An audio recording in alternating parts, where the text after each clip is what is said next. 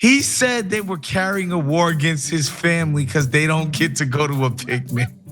No, okay. Insane. So the cool embarrassing. kids didn't invite you to their 15th birthday in high school. That's literally what he's complaining about right now. It's so insanely tone deaf and ridiculous. You know, it's kind of a great time of the year in the summer. My family comes up. My son and daughter-in-law and grandson are coming up because we were going to the White House picnic, but I've just been told that I've been uninvited from the picnic. I think I'm the first senator in the history of the United States to be uninvited to the White House picnic. The White House is owned by the taxpayers. We all are members of it. Every Democrat will be invited. Every Republican will be invited, but I will be the only one disallowed to come on the grounds of the White House.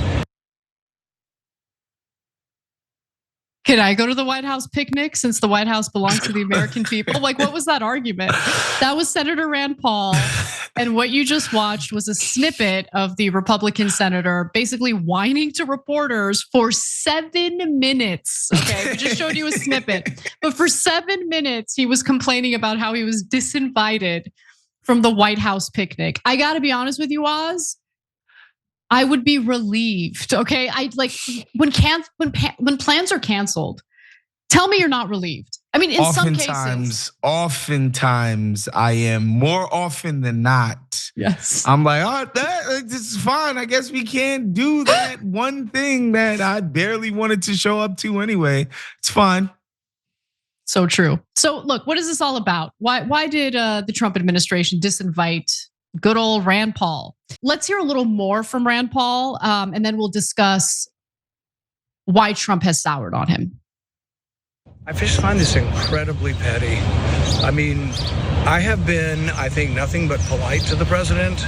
I have been a intellectual opponent, a public policy opponent, and he's chosen now to uninvite me from the picnic and to say my grandson can't come to the picnic. I just the level of immaturity is beyond words. You know, I've been here long enough that if anybody has ever followed me, I've been a critic of Obama, I've been a critic of Biden, I've been a critic of the previous Trump, but always in I think, a reasonable fashion, along policy.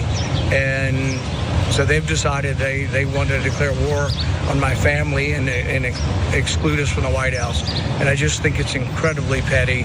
And I hope someone will ask them some questions about how they've decided to sink to this depth. What was the explanation given to you? No explanation. We're just not welcome. So he says that he's been given no explanation.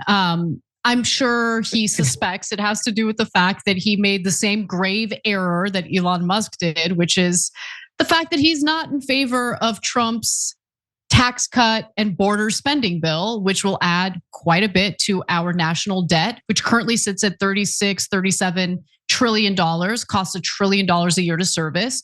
You know, Rand Paul's concerns are legitimate. I'm sure I would disagree with Rand Paul in how to, cut the deficit, or I should say debt causing provisions in that bill. He's gonna wanna cut more spending on social services, the social safety net. I say, why are we cutting taxes on the rich right now at a time when we obviously need more revenue and we need to do something about the deficit and the debt. Now, Paul, a libertarian-leaning Republican from Kentucky, generally supports Trump, but has been willing to criticize the administration's policies on areas like spending and tariffs. He's also the Senate GOP's one no vote at this current moment on Trump's so-called big beautiful bill. Paul has indicated that he could not support the bill because it includes an increase of the national debt limit, but he's said that he's open to considering it if GOP leaders remove that from the overall bill. The White House and top Republicans have rebuffed Paul's demand. So it's definitely a risky. This is not a risky move for Trump. Like, Trump just won his battle with Elon Musk. Elon Musk tucked tail, apologized publicly. Like, it's just, Trump is gonna win. The question is Rand Paul, I guess, as brave and effective as Congressman Thomas Massie, who did not cave in to pressure from Donald Trump. I just don't know if Rand Paul is as principled as Thomas Massie is. I'm curious what you think, Woz.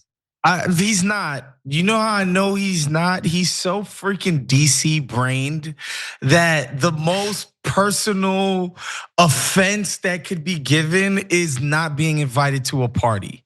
That's literally what DC is about. Being at the right parties, at the right events, getting the right invites, and making sure you're able to say that you rub shoulders with the right people who are in the right positions. And he said they were carrying a war against his family because they don't get to go to a picnic.